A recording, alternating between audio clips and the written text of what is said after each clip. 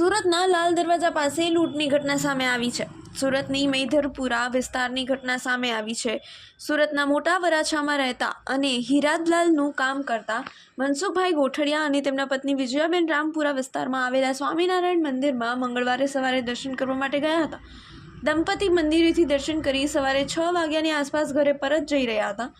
સુરતના મૈધરપુરા વિસ્તારમાં લાલ દરવાજા પાસે બંને દંપતી મોપેડ પર જઈ રહ્યા હતા. ત્યારે અચાનક પાછળ એક સ્નેચરે ચાલુ બાઇકે દંપતીનું પર્સ ખેંચવાનો પ્રયાસ કર્યો હતો. બંને દંપતી નીચે પટકતા ગંભીર ઇજાઓ પહોંચી હતી. સ્નેચરને પકડવાનો પ્રયાસ કર્યો હતો, તે ભાગવામાં સફળ રહ્યો હતો. સ્નેચર ફરી ઘટના સ્થળ પર આવી લોકોને પર્સ બતાવી ફરાર થયો હતો. સમગ્ર ઘટના લાગેલા સીસીટીવીમાં કેદ થઈ હતી. મનસુખભાઈ અને વિજયાબેનને ઈજા પહોંચતા સારવાર માટે ખાનગી હોસ્પિટલ ખસેડાયા હતા, જેમાં વિજયાબેનને ફ્રેક્ચર થયું હતું.